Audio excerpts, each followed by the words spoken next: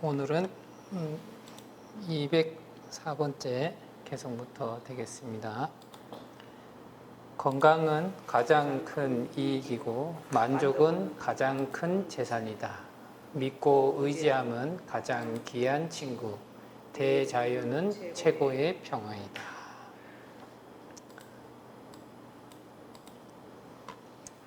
이제 파사이광이 자기가 이 음식을 절제하지 못함으로 인해서 가지가지 이제 병이 찾아오게 되는데, 부처님의 방편으로 이 건강을 찾고 나서는 부처님께 감사하다 표현하면서 부처님 덕분에 제가 건강을 찾았습니다, 이런 얘기를 합니다.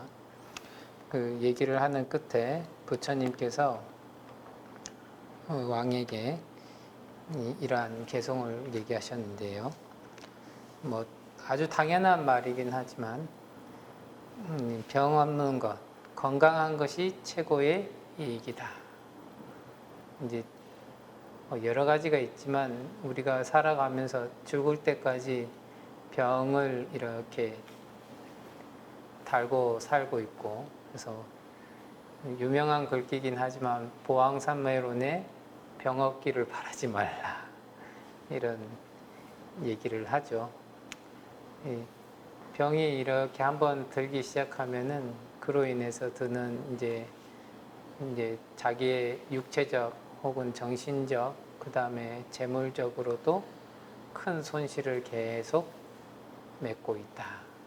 그래서 그런 것들이 다른 것보다 몸이라도 튼튼하고 이러면은 그런데 드는 돈이 안 들고 하다 보니까 자기의 재산을 지킬 수 있고, 또 건강하기 때문에 자기가 하고자 하는 일들을 열심히 해 나갈 수도 있고, 그런 부분에서 건강하다 하는 것이 우리가 봤을 때는 가장 큰 이득이다.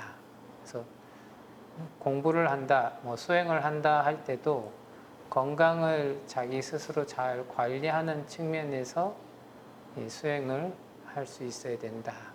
그래서 스님들마다 조금씩 다르긴 하지만 이 좌선을 오래 해도 괜찮으신 분들이 있고, 좌선보다는 행선, 즉 이제 걷는 수행을 하는 것이 훨씬 더 맞는 분들도 있고, 몸에 따라서 약간씩 사람마다 그 시간의 차이가 있겠다.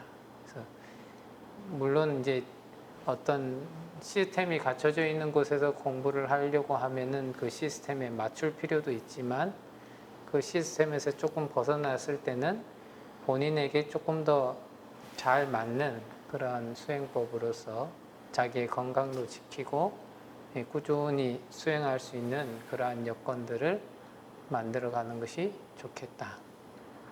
그 어떤 것들을 한다 하더라도 이 건강이라고 하는 것이 우리에게는 가장 큰 이득이 되겠다.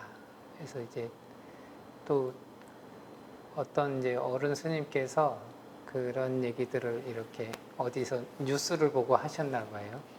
사람이 그 많은 그 재산을 병원에다 갖다 주는 것은 한 죽음에 이르기 한 10년 전부터 병원에 많이 갖다 준대요.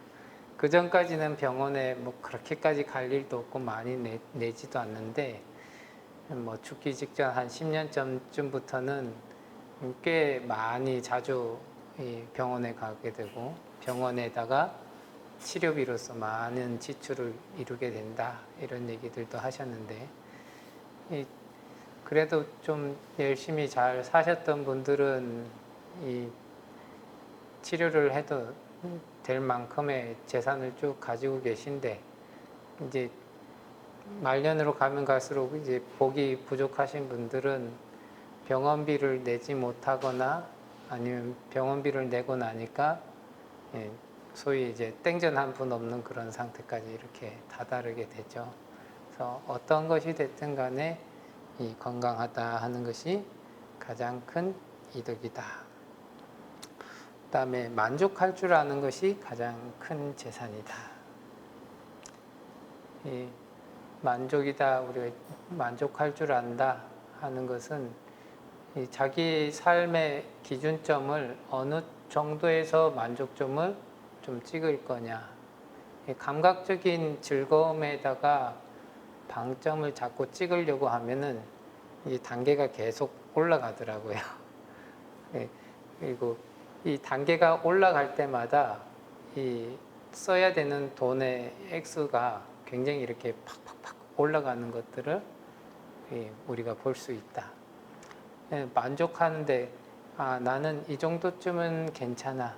사람마다 조금씩 다르죠. 어떤 사람은 옷에 만족할 줄 몰라서 옷을 많이 사고, 어떤 사람은 신발이 있고 모자도 있을 거고, 혹은 사람도 있을 거고, 지식적인 부분도 있을 거고, 만족할 그 수준을 자기가 잘 잡아서 그런 부분에서 감각적 쾌락을 더 높이는 쪽으로 올라가지 않도록 잘 조절하는 사람은 그렇게 과소비를 한다든지 많은 재물을 어디다 쏟아붓는다든지 하는 일들이 없는데, 이런 만족할 줄 모르는 사람은 얼마를 쏟아부어도 밑 빠진 독에 물 붓기처럼 꾸준히 소모하는 이러한 작업들이 계속적으로 일어난다.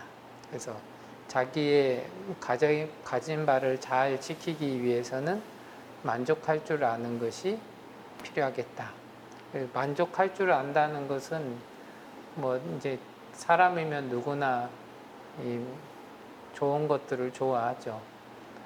어디서 주워 들었는데, 돈이 많으신 분은 돈 많은 것을 증명하기 위해서 명품을 사고, 돈 없는 사람은 돈 없는 것을 티내기 싫어서 명품을 산다. 뭐 이러면서 어찌됐든 그 이제 소비를 많이 하고 어떤 부분에서 자기의 만족을 추구하게 하기 위해서 이제 그러한 행동들을 하는데, 그러한 것들이 계속적으로 자기를 갉아먹는 자기의 재산과 이런 것들을 끊임없이 소모하게 하는 그러한 내용들이다. 그래서 그러한 부분에서 조금 더 멀어지고 좀 더 안정적인 삶을 살기 위해서는 만족할 줄 아는 그러한 삶을 사는 자세들이 필요하겠다. 그 다음에 믿음이라고 하는 것이 가장 가까운 친척이다. 우리가 이제 가까운 관계다 했을 때는 대체적으로 오랫동안 사귀었던 친구의 관계, 뭐 부모 자식 간의 관계, 뭐 이런 것들인데, 부모 자식 간이나 이렇게 해서 아주 가깝다 이렇게 표현할 때는 대체적으로 이제 자식들이 생각했을 때 부모님들은 어떤 일이 있어도 왠지 내 편을 들어줄 것 같다, 그런 이제 믿음이 있는 거죠. 부모들도 자식들에 대한 믿음이 어떤 게 있냐면, 어떤 상황이 생겨도 내 자식들은 나를 버려두진 않을 것이다, 이런 믿음이 있으면 이렇게 딱 맞아떨어지고, 친구들끼리도 어릴 적부터 봐왔기 때문에 저 사람은 어느 상황이 돼서도 내 옆에서 나에게 좋은 조언을 해주고 그래도 나를 지켜봐 줄 수 있는 친구다, 이러면은 아주 평생 동안 잘 사귈 수 있는 친구가 되고, 저 사람은 좋을 때는 다가왔다가 나쁠 때는 도망가더라, 이러면은 그거는 이제 친구의 이런 덕목들이 되지가 않는다. 믿음이라고 하는 것은 그런 부분에서 이 사람은 그래도 꾸준히 나에게 이러이러한 모습들을 보여줄 수 있을 것이다, 좋은 모습을 줄 수 있을 것이다 했을 때는 그 사람과 아주 오랫동안 친할 수 있는 그런 여건이 마련이 되고, 그런 친한 여건에는 언제나 그 사람에 대한 믿음이 기반이 된다. 그래서 믿음이 있기 때문에 그 사람과 친하다. 부부관계라고 하는 것들도 저 사람은 나와 뭐 평생을 갈 것이다, 저 사람이 그래도 평생 동안 나를 봐줄 것이다, 이런 믿음이 있기 때문에 결혼도 하시고 이렇게 가는데, 중간에 서로 뭔가 한눈을 팔았다 이러면 신뢰관계가 깨지고, 한번 신뢰관계가 깨지면은 그 다음부터는 계속적으로 의심의 눈초리로 서로를 바라보다 보니까 더욱 믿음이 생기기가 어렵고, 이 오해를 많이 하니까 사이가 좋아질 수가 없고, 그래서 점점점 멀어지는 그런 모습들을 보이게 된다. 그리고 열반이라고 하는 것은 가장 최상의 즐거움이다. 우리는 이제 감각적인 즐거움을 구하는 사람에 있어서는 감각적인 즐거움을 구하기 위해서 끊임없이 노력을 하게 되는데, 그러한 즐거움들은 굉장히 순간적이고 지속되지 못하고, 또한 불만족의 상황을 더 길게 가져갈 수밖에 없는 그러한 구조들을 가지고 있죠. 근데 열반이라고 하는 것은 그러한 속박이라든지 혹은 감각적인 쾌락에서는 쭉 멀어져서 항상 적정락이다 이렇게 표현을 하는데, 모든 것이 고요하고 잠재워져 있어서 그 어디에도 흔들림 없이 아주 편안하고 아주 즐거운 그런 느낌을 받는 것이 바로 열반락이다. 이러한 열반락의 상태에서는 이 적정하고 아주 편안한 상태이기 때문에 아주 오래도록 유지되고, 이 상태에서 느끼는 즐거움이 진정한 즐거움이다. 그전에는 즐거움이라는 것이 있긴 있지만 그 즐거움은 언제나 고통을 수반을 하고, 열반의 즐거움은 고통을 수반하지 않는 그러한 즐거움이다. 그래서 열반이 가장 으뜸가는 즐거움이다. 이렇게 얘기를 합니다. 그 다음에 205번째 개성이 되겠습니다. 고독의 맛과 마음의 평화를 직접 체험한 사람은 명상의 기쁨을 맛보면서 두려움 없이 악에서 떠난다. 부처님께서 열반에 들겠다라고 하신 다음에 다른 이들과 어울려 있던 스님이 홀로 정진을 해서 아랑가를 증득하게 되었다. 그러니까 부처님께서 그 비구를 칭찬하시면서 이러한 개송을 말씀하셨다 합니다. 그래서 진실로 부처님을 믿고 따르는 사람은 진실로 부처님께서 하신 대로 수행에 정진하는 사람이다.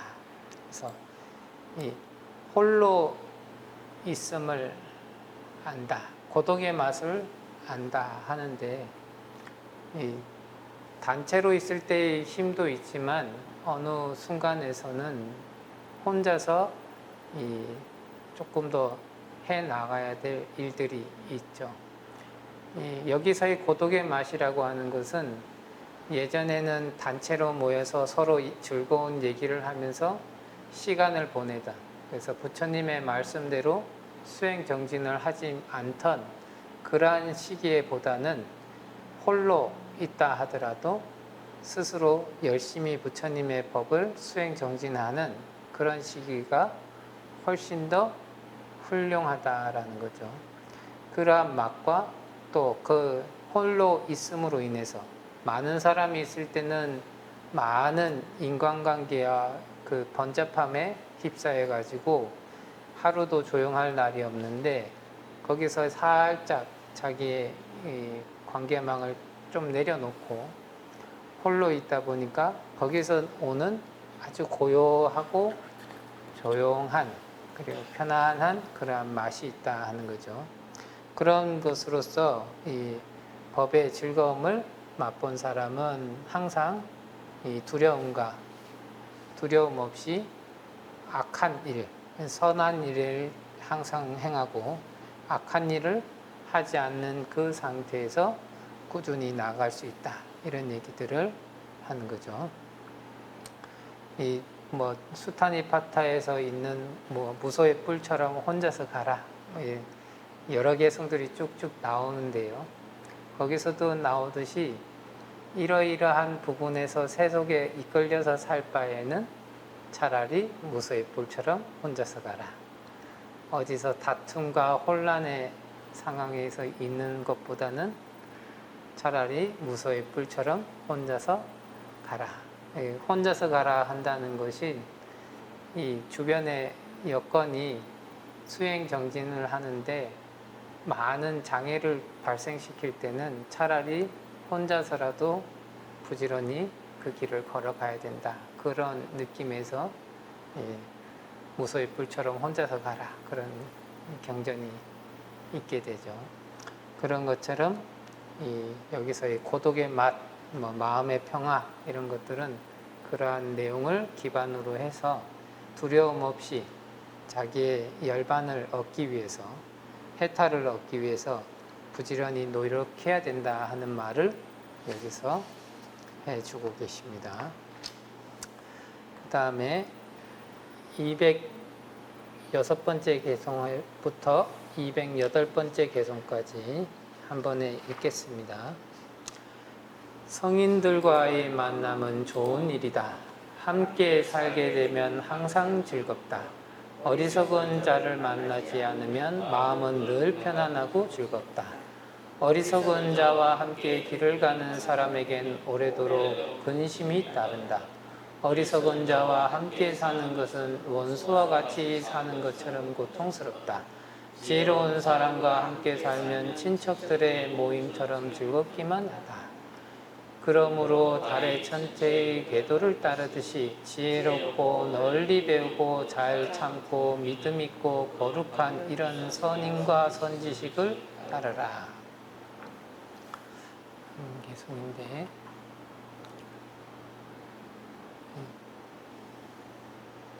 성인들과의 만남은 길이길이 즐겁다.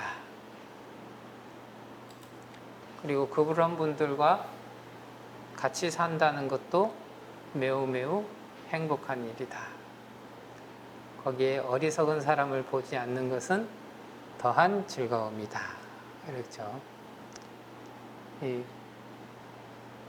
부처님이다, 성인이다 이렇게 하시는 분들은 대체적으로 이 이타의 마음을 가지고 상대방을 배려할 줄 알고, 그 다음에 상대방이 괴로운 바가 있거나 혹은 복잡한 고민이 있거나 하면은 그러한 것들을 아주 쉬운 방법으로서 해소시켜주고, 그래서 그걸로 인해서 이 성인을 가까이 둔다, 지혜로운 사람을 가까이 둔다, 이런 것은 나의 고통이 빨리 해소될 수 있는 아주 좋은 조건들을 갖추고 있다.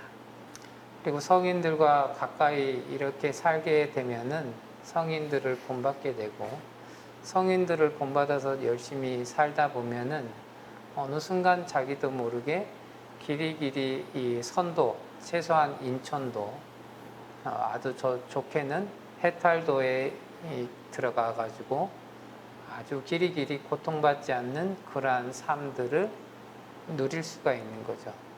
그렇기 때문에 이런 분들과 살아간다 하는 것은 매우 매우 즐겁다. 누가 됐든지 간에 주변에 지혜롭고 자기가 어떠한 쉽게 결정하지 못하는 부분에서 아주 정확하게 갈 길을 정확하게 제시해주고, 거기에서 힘들거나 고민스러운 것들을 제거해주고, 이러한 일들을 꾸준히 한다면은 그 삶은 굉장히 편안하고 즐거운 삶으로 갈 수 있을 것이다. 근데 어리석은 자와 함께 한다는 것은 매우 힘든 일이다. 어리석은 자는 이 탐진치 삼독심이 많고 인과를 믿지 않는 사람을 우리는 이제 어리석다 이렇게 표현을 하죠. 이런 어리석은 사람은 대체적으로 쓰는 자기의 심성이 이기적이고 눈앞에 있는 것만을 인정하고 눈앞에 있는 것을 취하는데 끊임없이 전력 투구하고 이러한 심성들을 가지고 있으니까 다른 주변 상황이나 다른 사람들의 사정이나 이런 것들을 전혀 보지 않고 당장 눈앞에 있는 것만을 노리니까 미래에 큰 고통이 닥쳐올 것이라고 하는 데에 대해서는 전혀 생각하지 않고 이런 사람들과 오래오래 같이 있다 하는 것은 같이 살면서도 꾸준히 그 사람의 이기적인 심성과 이기적인 말투와 이기적인 행동에 꾸준힘없이 피해를 입게 되고, 거기에 더해서 이 어리석은 사람과 어울리면서 어리석은 사람의 그런 언행에 동조를 해서 살아가다 보면은 우리에게 남은 것은 사막도에 떨어져서 길이길이 고통받는 길밖에 남아있지 않게 된다. 그러니까 그런 부분에서는 원수를 만난 것처럼 괴로울 수밖에 없다. 지혜로운 사람, 성인을 만나게 되면은 화합하기가 쉽고, 어리석은 사람을 만나게 되면은 투쟁하기가 쉽다. 이 상태에서 나는 어떤 부분을 행복으로 여길 것인가?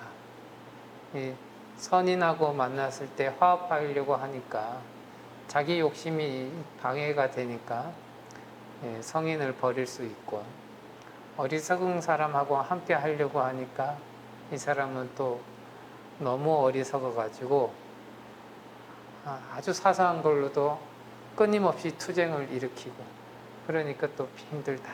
그래서 세상 어디 가도 나 같은 사람이 없는 것 같다. 이렇게 하면 더 이제 외롭고 힘든 삶들을 살아갈 수밖에 없죠.